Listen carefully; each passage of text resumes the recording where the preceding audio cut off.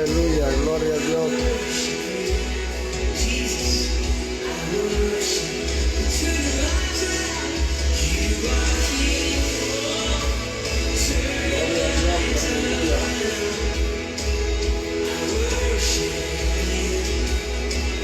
Canto al Señor.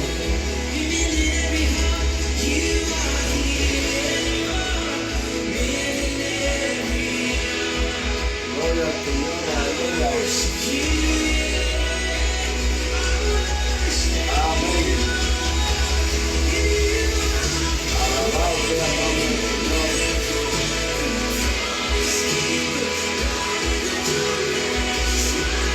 Gloria al Señor.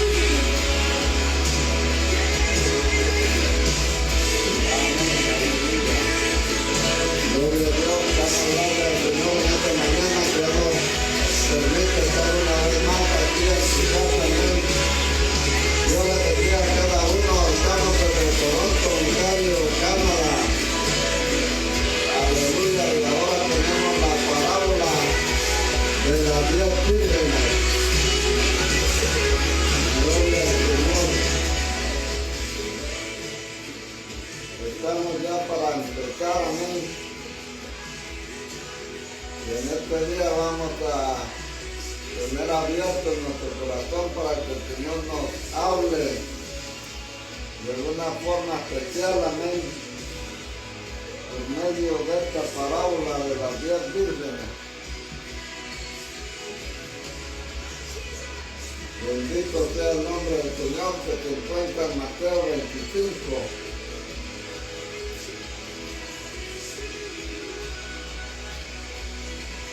Padre, gracias te damos, Señor, en esta mañana que nos permite estar nuevamente, Señor, aquí en tu casa. Te pedimos tu ayuda, tu dirección, Señor, que seas tú administrando nuestras vidas por medio de tu palabra, Padre. Pedimos, Señor, por cada uno de nuestros hermanos que van a estar conectándose. Padre Santo, pedimos que seas tú bendiciéndolos, derramando tu gloria y tu gracia, Padre, en cada uno de ellos. Te lo pedimos para la gloria y honra de tu nombre, Señor amado, Padre Santo. Amén. Gloria al Señor. Amén. Entonces empezamos rápidamente. Vamos a quitar la música. Y seguimos, amén. Dice así la palabra del Señor, honrando al Padre, al Hijo y al Espíritu Santo, amén. Mateo 25, desde el 1, versículo 1 en adelante. Dice así: entonces el reino de los cielos será semejante a 10 vírgenes que, tomando sus lámparas, salieron a recibir al esposo. 5 de ellas eran prudentes y 5 insensatas. Las insensatas, tomando sus lámparas, no tomaron consigo aceite, mas las prudentes tomaron aceite en sus vasijas juntamente con sus lámparas. Y tardándose el esposo, cabecearon todas y se durmieron. Y a la medianoche se oyó un clamor: aquí viene el esposo, salid a recibirle. Entonces todas aquellas vírgenes se levantaron y arreglaron sus lámparas. Y las insensatas dijeron a las prudentes: danos de vuestro aceite, porque nuestras lámparas se apagan. Mas las prudentes respondieron diciendo: para que no nos falte a nosotras y a vosotras, y más bien a los que venden, y comprar para vosotras mismas. Pero mientras ellas iban a comprar, vino el esposo, y las que estaban preparadas entraron con él, a las bodas y se cerró la puerta. Después vinieron también las otras vírgenes diciendo, Señor, Señor, ábrenos. Mas él respondiendo dijo, de cierto os digo que no os conozco. Velad pues, porque no sabéis el día ni la hora en que el Hijo del Hombre ha de venir. Amén. La parábola comienza ahí en el versículo 25, verso 1 de Mateo con la palabra entonces. Quiere decir que esta palabra entonces nos muestra que la parábola de las 10 vírgenes está conectada con un contexto más amplio. La palabra entonces nos obliga a interpretar esta parábola dentro del contexto. Entonces, quiere decir que la relación con lo que ha venido exponiendo a todo lo largo del capítulo 24 es en el contexto de el pequeño apocalipsis sinóptico, que le preguntan los discípulos, Señor, ¿cuándo serán estas cosas y cuándo será eso de que no quedará piedra sobre este templo de Jerusalén? ¿Y cuándo será que Jerusalén será rodeada de ejércitos y serán llevados cautivos a todas las naciones? Y eso de que la abominación desoladora será puesta y todas las cosas que tienen el contexto de la venida del Señor, las cosas inmediatamente anteriores a la venida del Señor, ese es el contexto en el cual Él habla esta parábola. Por lo tanto, no debemos interpretar la parábola como si no hubiéramos leído todo el capítulo 24. A veces se aísla la parábola y se interpreta sola y se ubican unas cosas fuera del contexto. Pero la palabra entonces nos obliga a interpretar la parábola en el contexto, por lo tanto, no debemos ignorar todo lo que dice el capítulo 24. La vez pasada, cuando vimos lo relativo como ladrón en la noche, vimos el contexto general de este capítulo. Así que hoy no nos vamos a detener en eso, sino solamente a recordar que es necesario tener presentes todos los detalles de esos pasajes, a los que el Espíritu Santo nos ha estado llamando la atención. Entonces dice ahí, entonces el reino de los cielos será semejante a. Aquí la parábola de las 10 vírgenes es una parábola acerca del reino de los cielos. La parábola no es una parábola acerca del arrebatamiento. El tema de la parábola es el reino de los cielos. Por lo tanto, así como tenemos que ubicar esta parábola en el contexto del pequeño apocalipsis sinóptico, también debemos colocar esta parábola dentro de la colección de las parábolas del reino de los cielos. Cada parábola del reino de los cielos nos presenta un aspecto del reino de los cielos. Cuando tenemos todas ellas juntas, nos damos cuenta de que la expresión el reino de los cielos se refiere a dos capítulos principales del reino de Dios, lo que tiene que ver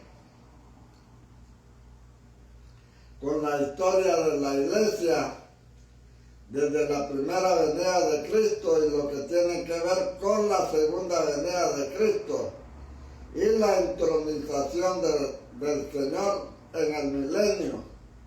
O sea, la historia de la iglesia y la historia del milenio enmarcadas entre la primera y después de la segunda venida de Cristo.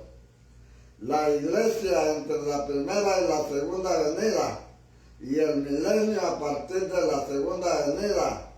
Eso es lo que en el contexto de la colección de las parábolas del reino de los cielos se habla. También debemos tener en cuenta cuando el Señor dice: el reino de los cielos será semejante a. Tenemos que recordar que Él ya dijo eso también en otras conexiones y que lo dijo con otras parábolas. Por lo tanto, a esas otras parábolas tenemos que tenerlas también en cuenta para interpretar esta. No debemos interpretar la parábola de las vírgenes fuera del contexto del pequeño apocalipsis sinóptico, ni fuera del contexto de la colección de las parábolas del reino de los cielos. No. Amén. No hay que interpretar aisladamente, sino interpretar teniendo en cuenta el contexto inmediato y el contexto mediato. El mediato es el pequeño apocalipsis sinóptico. El contexto mediato es la colección de las parábolas del reino de los cielos. Entonces las parábolas del reino de los cielos nos hablan de lo que acontece en la historia de la iglesia y de lo que acontece en el milenio. Por tanto, cuando Él habla de las bodas, algunas veces nosotros al asociar las bodas las pensamos como en un momento demasiado corto, sin tener en cuenta que aquí Él está comparando las bodas con el reino de los cielos. El reino de los cielos, todo el reino será semejante a 10 vírgenes. No está hablando solamente del momento del arrebatamiento, está hablando del reino de los cielos. Está esta semejanza, no habla solo de un momento, sino que habla de todo un contexto mucho más amplio. Dice así: entonces el reino de los cielos será semejante a 10 vírgenes que tomando sus lámparas salieron a recibir al esposo. Las 10 vírgenes, las 10 eran creyentes, las 10 tenían aceite en sus lámparas, por lo tanto eran personas renacidas, eran personas regeneradas.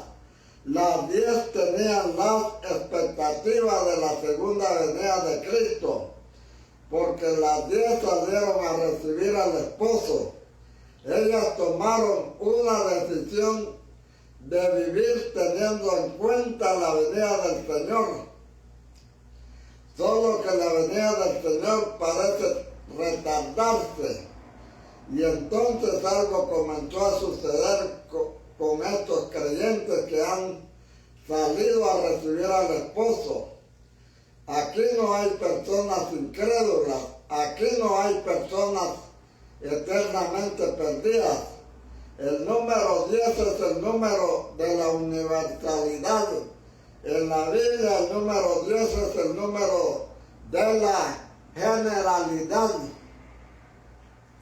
Aquí el Señor está representando con estas vírgenes la generalidad de los hijos de Dios, de las iglesias, de las personas creyentes. La lámpara, vamos a leerlo, pues a veces lo decimos rápido y por esa causa de los hermanos nuevos es necesario mostrar los versículos. Amén. Vamos a interpretar esta parábola. Amén. con la ayuda del Señor. Dice en Proverbios capítulo 20, versículo 27, para que entendamos lo que dice Proverbios 20, 27, amén.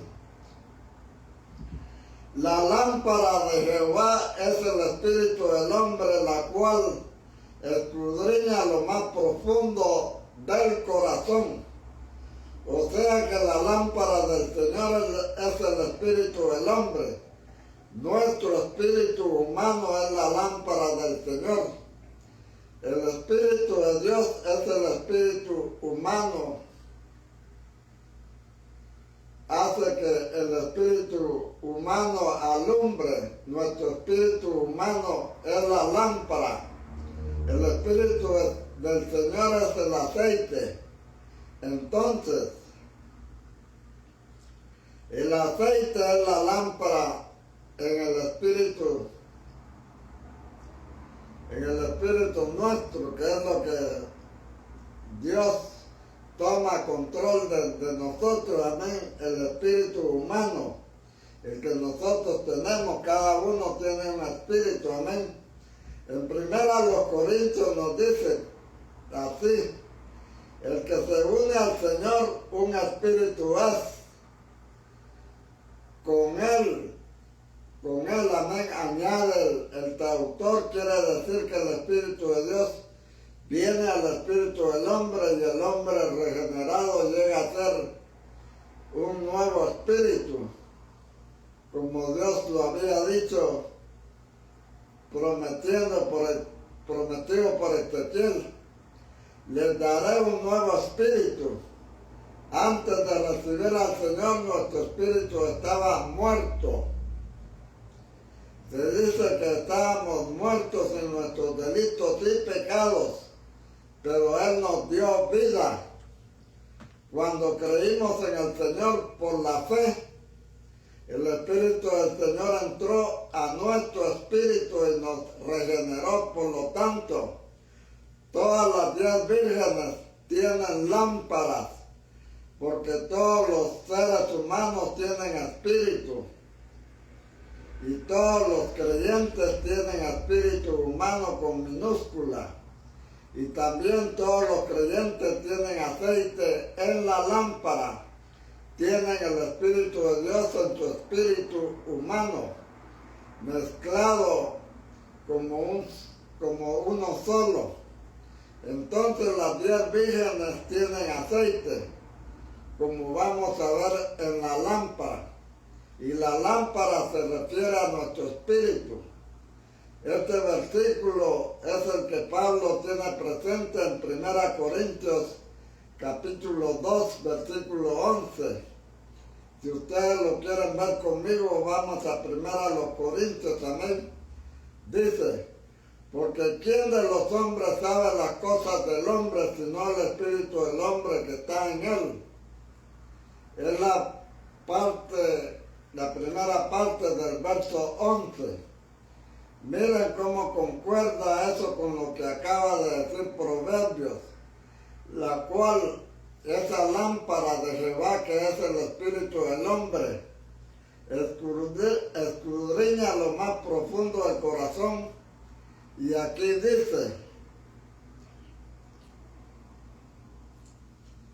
¿quién de los hombres sabe las cosas del hombre, sino el espíritu del hombre que está en él? Quiere decir que el espíritu del hombre escudriña lo más profundo de nuestro corazón y de nuestro ser. Entonces la lámpara se refiere a nuestro espíritu humano. Y ahora dice Mateo 25: tomando sus lámparas salieron a recibir al esposo. Quiero utilizar un énfasis en la palabra tomar. Hay que tomar la lámpara y hay que tomar la vasija. Tomar la lámpara es un ejercicio de responsabilidad. Tomar la vasija es un ejercicio de responsabilidad. Tomar la lámpara nadie si no hubiera recibido al Señor, si no hubiera sido responsablemente recibido al Señor, si no hubiera sido responsable, amén, por la gracia de Dios, pudiera tomar la lámpara. Pero ahí todas las 10 recibieron al Señor. Por lo tanto, tienen el Espíritu del Señor en su espíritu. Las 10 vírgenes son creyentes regeneradas. Tomando su lámpara salieron a recibir al esposo. Tenían la decisión de esperarlo, de recibirlo. Pero dice, 5 de ellas eran prudentes y 5 insensatas. Insensato es el que actúa sin ejercer su alma debidamente. La palabra insensato quiere decir una persona que no está en sus 5 sentidos. Es una persona necia o fatua. Es una persona que no es cuidadosa, que no examina bien, y eso es lo que vamos a ver. El problema de las vírgenes fatuas era un problema de su alma o de sus decisiones. La alma son las emociones también. Estas vírgenes no estaban bien conectadas, hacían lo que se les daba la gana, amén. Estaban desconectadas, tenían al Señor, pero eran unos cristianos wichi-wachi, como se dice, unos cristianos entre azul y las buenas noches. No tomaban buenas decisiones, amén. Servían al Señor, pero como se les daba la gana. No tomaron una decisión correcta. Problema de su alma, de su irresponsabilidad. La palabra insensato se relaciona con la palabra irresponsable. Entonces aquí dice que la mitad de ellas eran prudentes y la mitad eran insensatas. Y la prudencia y la insensatez se revelan en el resto de la parábola. El Señor nos quiere enseñar a cada uno de nosotros en qué consiste la verdadera prudencia y cuál es la verdadera insensatez, que es irresponsabilidad. Entonces dice el verso 5, y tardándose el esposo. Aquí ya comienza a introducirse la prueba del tiempo. 2 veces con mucha claridad aparece la prueba del tiempo. En esta parábola, aquí acaba de decir, y tardándose el esposo, como dice Santiago, muchos tienen por tardanza. Tardándose el esposo, y después las que se tardaron fueron ellas. También aparece la prueba del tiempo. Primero él se tardó para darle tiempo a ellas. Entonces la tardanza de él, dice el apóstol Pedro, es para arrepentimiento. Ustedes recuerdan lo que dice segunda de Pedro, hay que interpretar la tardanza del esposo según lo que dice Pedro, capítulo 3, el verso 9. El Señor no retarda su promesa, según algunos la tienen por tardanza, sino que es paciente para con nosotros, no queriendo que ninguno perezca, sino que todos procedan al arrepentimiento. Por eso es que el Señor se está tardando en venir. amén, para darnos tiempo, para que arreglemos nuestras cuentas. Si estás caminando huichihuachi, si estás caminando como te da la gana, como mundano, eres cristiano, pero eres como mundano también, entonces el Señor retarda su promesa, amén, su venida, porque está esperando que nosotros nos arreglemos bien, que estemos bien planchaditos, sin arruga, sin mancha y sin arruga, amén.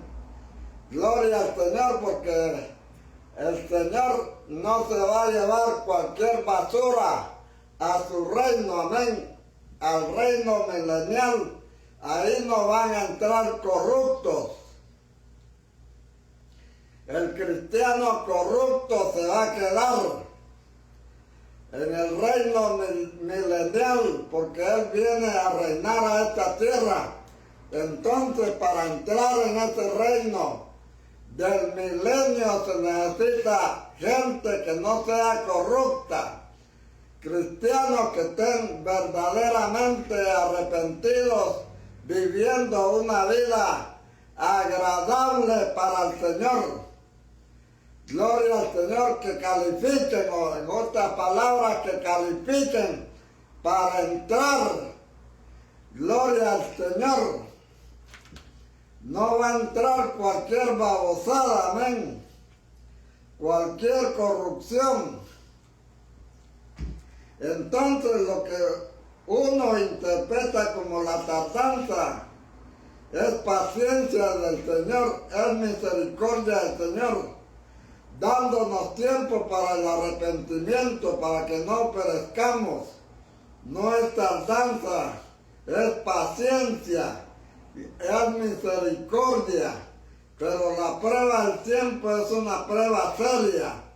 Uno puede estar avivado por 3 años, quizás en tiempos de avivamiento, pero cuando pasa la montaña y comienza la bajada y la entrada en el valle por otro tiempo, ahí es cuando dice, ¿y ahora voy a seguir o no? ¿Voy a seguir en el Espíritu? ¿Voy a seguir sirviendo al Señor? Porque la prueba del tiempo es una prueba seria. Mire cuántos cristianos ya no se miran en la iglesia.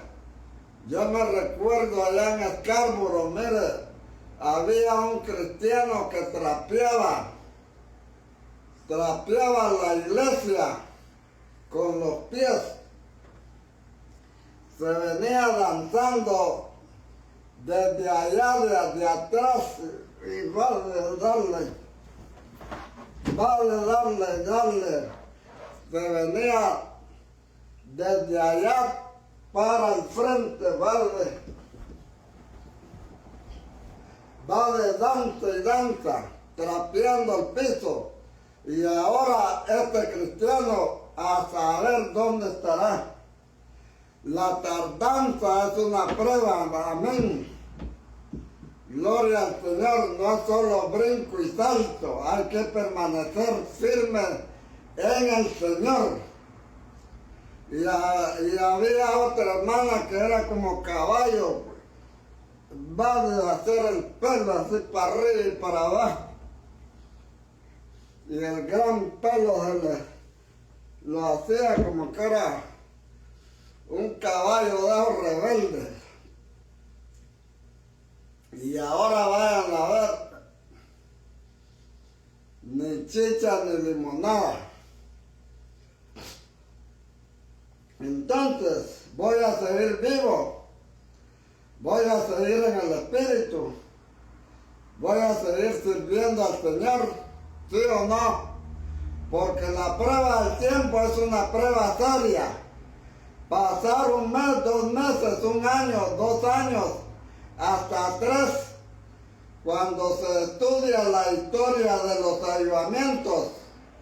Generalmente los avivamientos duran máximo por 3 años, y los otros tiempos que no son de avivamiento también,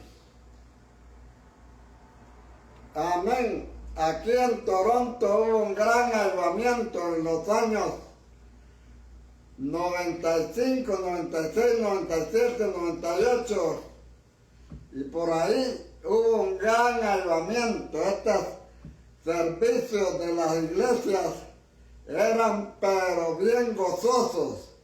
Daba ganas de ir a la iglesia, ya andaba para arriba y para abajo en todas las iglesias porque era un gran avivamiento, era un gran fuego donde quiera que iba uno. Ahora vaya usted a las iglesias, son unos cultos reaburridos, o no aburridos, ahora unos 3 cánticos y ya estuvo, sin avivamiento, sin nada.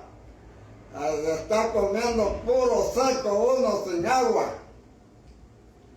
Está eso que contra aburrido va a cualquier iglesia. Hacen como los Baales queriendo avivar el fuego. Baal, respóndenos. Baal, respóndenos. Brincan y saltan y hacen un montón de manivelas y no pasa nada. No hay avivamiento porque la prueba del tiempo se han apagado los fieles. Amén, pero fieles en circunstancias más difíciles, porque ser fieles en tiempos de avivamiento es más fácil que ser fieles en tiempos normales. Porque lo normal no son los avivamientos. Lo normal es ser probados en el largo tiempo. Se dice de Israel que estaba fastidiado por el largo tiempo. Entonces, volviendo al verso 5, dice, y tardándose el esposo, cabecearon todas. Y aquí no dice que no cabecearon las prudentes, también cabecearon las prudentes. Todas cabecearon, se durmieron. Aquí en esta frase es bastante difícil de interpretar qué significa este dormir. Yo creo que no podemos interpretar este dormir sin el contexto general de la parábola, sin el contexto del pequeño apocalipsis sinóptico y sin el contexto de la colección de las parábolas del reino de los cielos.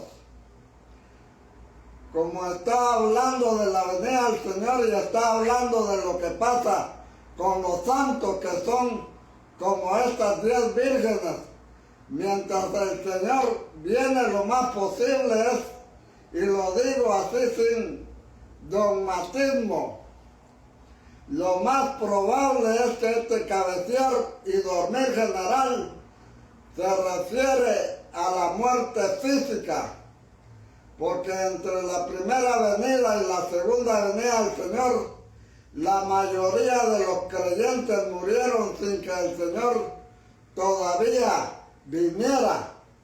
Solamente una pequeña minoría fue reservada para el fin, pero en lo general llevamos casi 21 siglos, llevamos 21 siglos de cristianos que han muerto en el Señor. Pero ¿cómo murieron? ¿En qué situación entraron? Porque es importante saber esto, que la resurrección primera tiene que ver con la clase de vida que se vivió. Para esto quiero llamarle la atención también a 1 Corintios, capítulo 15. My goodness. Dice en 1 Corintios, capítulo 15, desde el versículo 36. Necio. Verán que esta llamada se vaya, amén. Necio, que es la misma palabra insensato o fato, Lo que tú siembras no se verifica, si no muere antes. Es decir, primero hay que morir a nosotros mismos para vivir por el Espíritu. Y primero hay que morir físicamente para resucitar. Y lo que siembra no es el cuerpo que ha de salir, sino el grano desnudo, ya sea de trigo o otro grano. Pero Dios le da el cuerpo como Él quiso, y a cada semilla su propio cuerpo. Dios le da el cuerpo a cada semilla como fue sembrada a cada uno de nosotros. Es como una semilla que es sembrada. Morimos para esperar la resurrección. Y el Señor a cada uno le dará un cuerpo como Él quiere. Pero entonces el resto del pasaje nos dice cómo es que Él quiere. Amén. Dice, y a cada semilla su propio cuerpo. O sea que no todos resucitarán con gloria idéntica. Vamos ahora a la segunda, a los Corintios, capítulo 4, donde la palabra del Señor habla en el verso 17. Porque esta leve tribulación momentánea produce en nosotros un cada vez más excelente y eterno peso de gloria. Significa lo que vivimos aquí en la tierra tiene repercusiones en lo que se llama el peso de gloria. El peso de gloria es la calidad en la resurrección. Por eso en Hebreos se dice que algunos no aceptaron el rescate porque esperaban una mejor resurrección. O sea que en la resurrección habrá como estrellas diferentes de magnitud. No todas brillarán de la misma manera en la resurrección. O sea, casi es como la alfombra roja. Unos van a recibir más galardones, o como cuando se gradúa un estudiante, aquel estudiante que no le gustaba estudiar, que le gustaba andar vagando. Mira, aquí estoy cerca de una escuela. Y aquí los estudiantes que no les gusta estudiar, ahí se mantienen vagando. Con las muchachas, que no les gusta ir a la escuela también. Ahí se mantienen dando vueltas y vueltas en este campo. Con los muchachos vagos. Entonces cuando el día de la graduación, que ya va a ser pronto en junio, ese día ahí se miran los estudiantes que sobresalieron. Los estudiantes que no sobresalieron en ese día se van a mirar. Hay unos que no van a recibir ni el certificado porque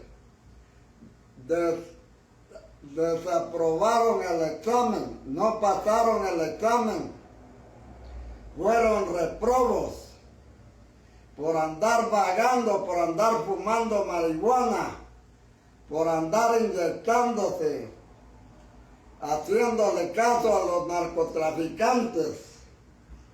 Perdieron su tiempo en la escuela. Los papás pensaban que ellas andaban en la escuela y no aparecían en la escuela. Miren, la escuela lo llama uno cuando los hijos fallan. Miren, queremos saber si su hijo está en la casa, porque no vino a la escuela. Y uno dice, ¿qué le pasaría a mi hijo que no va a la escuela? ¿Será que tuvo algún accidente? No, allá andaba vagando con un gran negro. Allá andaba dándose el gusto en la carne. Entonces sigamos leyendo ahora otra vez ahí en 1 Corintios capítulo 15, para que veamos ese aspecto que es necesario tenerlo presente en este contexto. Sigue diciendo en el verso 39, no toda carne es la misma carne.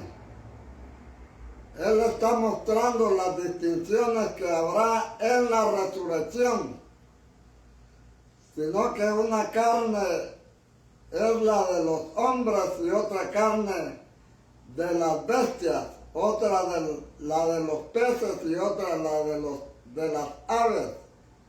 Y hay cuerpos celestiales y cuerpos terrenales, pero una es la gloria de los celestiales y otra la de los terrenales. Una es la gloria del sol y otra la gloria de la luna y otra la gloria de las estrellas. Pues una estrella es diferente de otra en gloria. Entonces él está mostrando las distinciones que hay en los cuerpos que vienen de la resurrección. Mire, ahí van a salir unos bien bonitos, bien reflejando todo, una gran luzota ahí,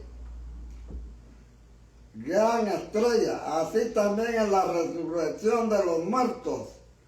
Se siembran corrupción, resucitarán en incorrupción. Se siembran deshonra, resucitará en gloria. Se siembra en debilidad, resucitará en poder. Se siembra en cuerpo animal, resucitará en cuerpo espiritual. Amén, ya este cuerpo de animal que tenemos ya no lo vamos a tener. Solo va a ser cuerpo espiritual. Entonces nos damos cuenta de que así será en la resurrección, cuando hay distinción entre las lumbreras, que una tiene una gloria diferente de la otra. Cuando tú miras un arcángel y cuando miras un ángel, tú sabes que este es el ángel y aquel es el arcángel. ¿Se dan cuenta? Eso se nota. Esos son cuerpos espirituales. Entonces en la resurrección, una estrella diferirá de otra en gloria. Por ejemplo, quien esté sobre 10 ciudades tiene una gloria, una Decápolis, amén. Va a tener el gran título aquí, como los santos, como los altos generales, los altos comandos del ejército. Aquí van a tener las insignias en el pecho.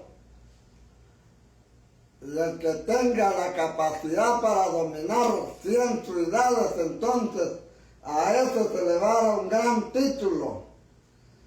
Entonces en la resurrección, una estrella difiere de la otra. Amén. Y al que tiene capacidad para administrar 5 ciudades, también se le va a dar su insignia y se le va a poner su plaqueta. Y al otro, que va a ser como un alcalde. Buenas tardes, Caldo, le dijo un indio allá en Guatemala al alcalde. Buenas tardes, Caldo, y le dijo al indio, queso fresco, todos son salvos. Los ciudadanos que están en una ciudad del reino, están en una ciudad del reino, no están en el infierno, amén. Son personas salvas, pero hay salvos que solo son ciudadanos, sin categoría, amén. Solo vas a entrar, gloria al Señor, a ser un ciudadano, porque no te esforzaste en hacer nada para el Señor. Entonces solo vas a tener tu casa ahí, tu mansión o tu finca, lo que el Señor quiera darte. Vas a ser un ciudadano. Pero hay otros que van a tener capacidad, van a tener grandes credenciales también para gobernar, para dirigir. O sea que algunos tienen mayor magnitud en gloria que otros. Y por eso dice Pablo que la leve tribulación momentánea que sufrimos aquí produce cada vez mayor peso de gloria. Quiere decir que en la resurrección habrá algo que se llama peso de gloria. Habrá algo que se llama magnitud de gloria. Tenemos que tener en cuenta el peso de gloria, la magnitud de gloria en la resurrección, y eso nos ayuda a entender un poco mejor esta parábola. Amén. Entonces lo más probable es que este cabecear, dormir, se refiere a la muerte, al dormir de la muerte física de estas personas, pero dice la Escritura, bienaventurados los que mueren en Cristo porque descansan de sus trabajos, porque sus obras con ellos siguen. Apocalipsis 14, versículo 13. Ellos están esperando, como el autor de Hebreos esperaba una mejor resurrección. Hebreos capítulo 11, versículo 35. Todo el mundo va a resucitar, incluso los perdidos. En la segunda resurrección van a resucitar también aquellos que no quisieron aceptar a Cristo. El diablo le va a dar su galardón allá en el infierno. Los va a poner en alguna posición ahí con un trinchante a estar metiendo a los que quieren salirse del infierno. Ahí van a tener sus posiciones, porque el diablo también es organizado, tiene su gobierno, y ahí se les va a dar. Los demonios son los soldados rasos del diablo. Ellos andan haciendo el trabajo como los mareros, esos que solo andan, le llevan el teléfono a la gente. Mira a quién le quieren hablar. Y ya el jefe le dice, usted tiene que pagar esto y el otro, 300 cada semana, si no va a morir. Ese trabajo lo hacen también los demonios. Los demonios son los de rango más bajo. Están las otras potestades, amén, que están sobre las naciones. Todo el mundo va a resucitar, incluso los perdidos en la segunda resurrección van a resucitar. Pero ¿con qué gloria van a resucitar? Van a resucitar con vergüenza, van a resucitar para ser juzgados en el cuerpo con que pecaron. En ese cuerpo entrarán al lago de fuego. Así que todo el mundo va a resucitar, incluso los perdidos. Pero aquí de lo que se trata no es solo de resucitar, sino de resucitar bien con mayor peso de gloria y mayor magnitud de gloria, porque una estrella se difiere de la otra en gloria, y ahí así también será en la resurrección de los muertos. Cuando le decían al Señor, Señor, que en tu reino nosotros nos sentemos a tu derecha y a tu izquierda. Eso no es así. Eso no es de manera que se decide. Amén. Por eso el Señor dice que ninguno tome tu lugar, que ninguno tome tu corona. Quiere decir que a una persona a quien Dios le quería dar una determinada gloria, otro va a tenerla. Si esa persona se descuida, amén. Si ya te cansaste de estar trapeando la iglesia con los pies, Entonces, ¿qué vas a recibir? Nada.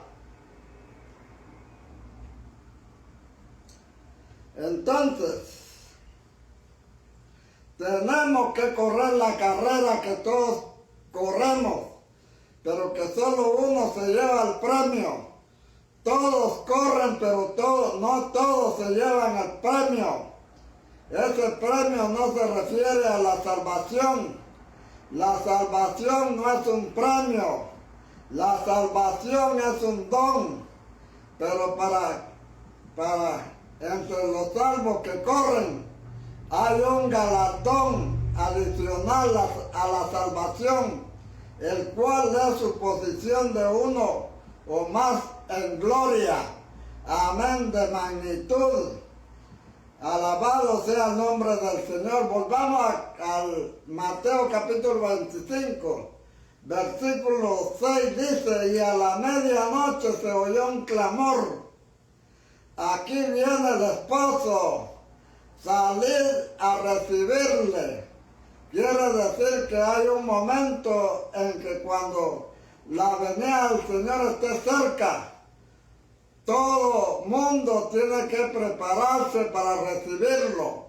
Acuérdese que no todos los que van a recibir al Señor estaremos aquí en esta tierra. La mayoría de los hijos de Dios estarán en el paraíso, allá con Abraham, allá donde está nuestro hermano Arturo Gutiérrez gozándose.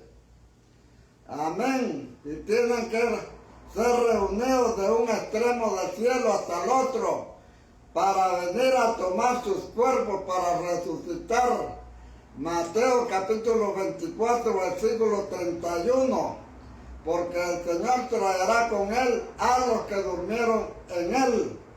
Los muertos en Cristo resucitarán primero y luego nosotros seremos transformados y arrebatados juntamente con ellos. Primero Tesalonicenses 4, 14 al 17.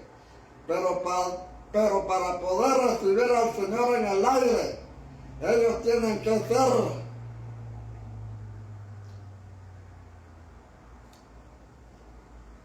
recogidos en los cielos, o sea, en el paraíso, el tercer cielo.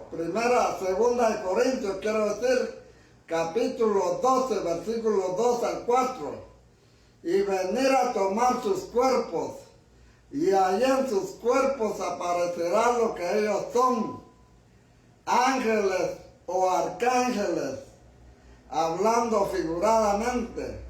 Ninguno es ángel ni arcángel. Lo que quiero decir es acerca del peso de gloria de ellos que aparecerá en la resurrección.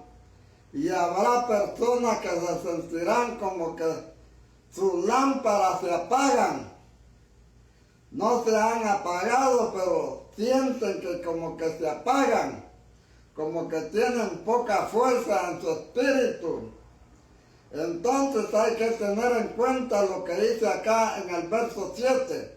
Entonces todas aquellas vírgenes se levantaron y arreglaron sus lámparas.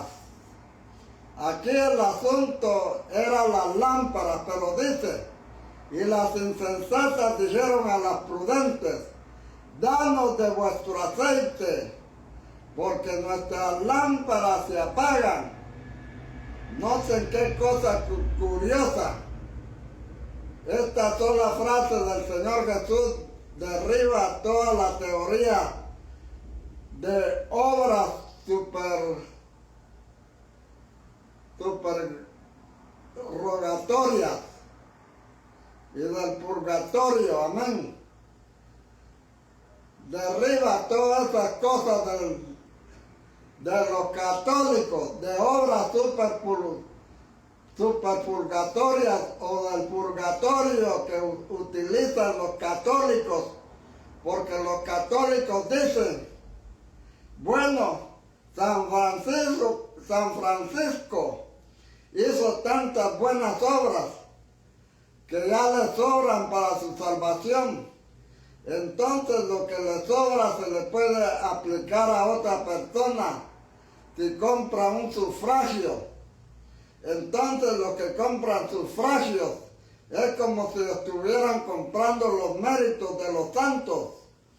Y esa es la teoría del purgatorio católico, como si fuera un superfix de algunos santos a quienes se les sobró para su salvación, porque ellos piensan que se salvan por obras.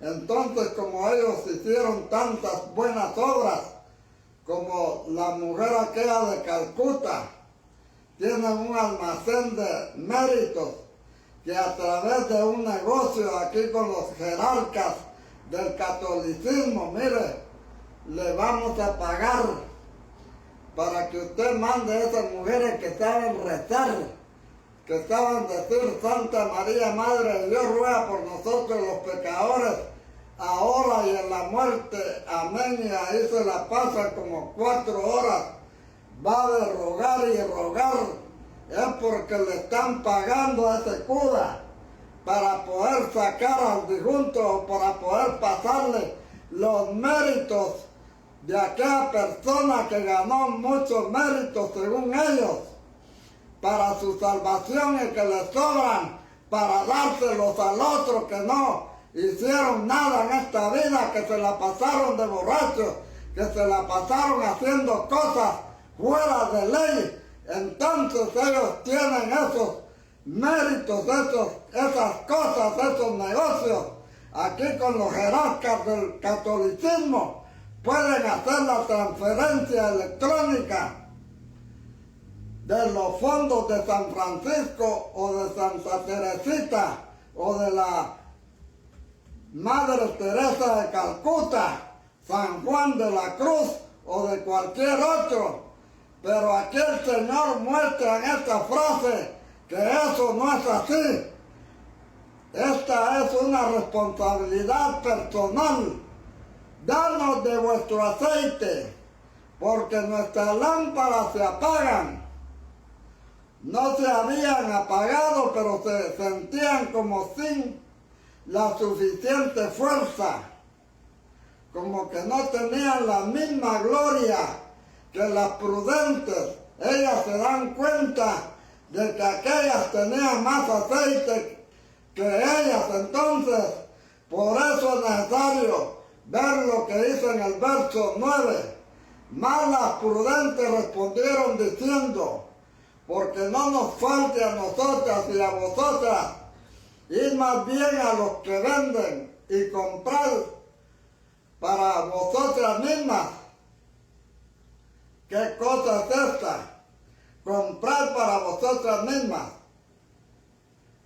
Aquí el verbo clave es comprar. La palabra es comprar, quiere decir pagar un precio. Así como habla la palabra tomar las lámparas, es un ejercicio responsable de recibir al Señor sustentados en su gracia, pero ejercitando la responsabilidad sostenida, la responsabilidad en la gracia, pero no desapercibida, la responsabilidad. Así también habla de tomar las vasijas, tomar aceite para las vasijas. La vasija ya no es la lámpara, la vasija se refiere a lo que contiene de reserva de aceite para la lámpara. La vasija es para contener un aceite adicional. El aceite en la lámpara es una cosa y el aceite en la vasija es otra.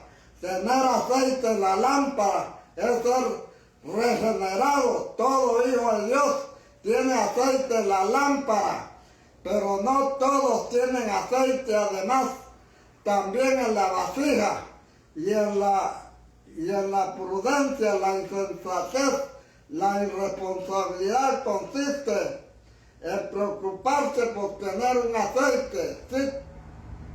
Lo que tienen es la gran barriga de comer tanto. Se han vuelto recontrabarrigones, mire. Hasta ya no necesitan púlpito. La panza les sirve de púlpito.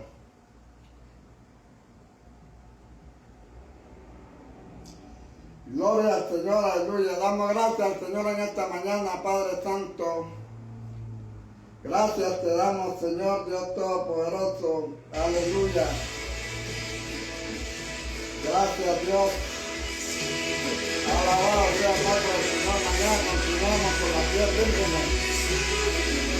Dios te bendiga, Dios te guarde, Padre. Gracias te damos, Señor, por tu palabra en esta mañana. Padre Santo, aleluya. Oh, gracias, Dios. Oh, gracias, Dios amado, Dios Todopoderoso.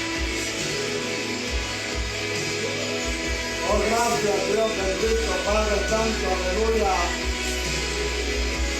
Glorificamos tu nombre, Señor. Te adoramos, te bendecimos, Señor, ayúdanos, Padre, a poder estar despiertos, Señor, a poder echarle aceite a nuestra partida, Señor. Padre, en el nombre de Jesús. Oh Dios amado, Dios Todopoderoso, derrama tu gloria, tu gracia, Padre Santo. Derrama tu Santo Espíritu, Señor, en nuestros corazones, obra de una forma especial. Obra, Padre Santo. Mira, Señor, este momento tan terrible que estamos pasando, Señor, ayúdanos. Padre, bendice, Señor, a tu pueblo. Bendice, Señor, a cada uno. Glorifícate poderosamente, Señor, manifiéstate. Ahí donde está esta necesidad, donde está este problema, Padre. Oh, gloria a tu santo nombre, Dios. Oh, gloria a tu santo nombre, Padre Santo, aleluya. Oh, gracias, Dios. Aleluya. Gracias, Señor amado, Padre Santo. Gracias, Señor, por habernos escogido, Señor. Gracias por habernos redimido, por habernos sacado, Señor, de este mundo en que estábamos perdidos, Señor, sin Cristo, sin fe y sin esperanza. Nos diste vida, Señor, cuando nosotros estábamos muertos en nuestros delitos y pecados, Señor. Oh, gracias, Dios. Oh, gracias, Padre Santo, aleluya. Gracias te damos, Señor, por este nuevo día, Padre.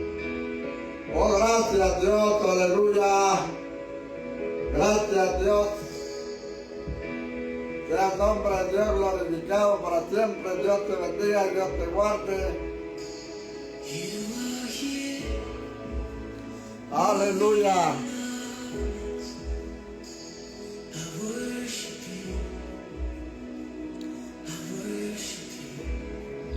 Amén. Dios te bendiga, hermana. Ani Duanes, Dios te bendiga, Dios te guarde. Ya hacía tiempo que no te veía. Dios te bendiga de una forma especial.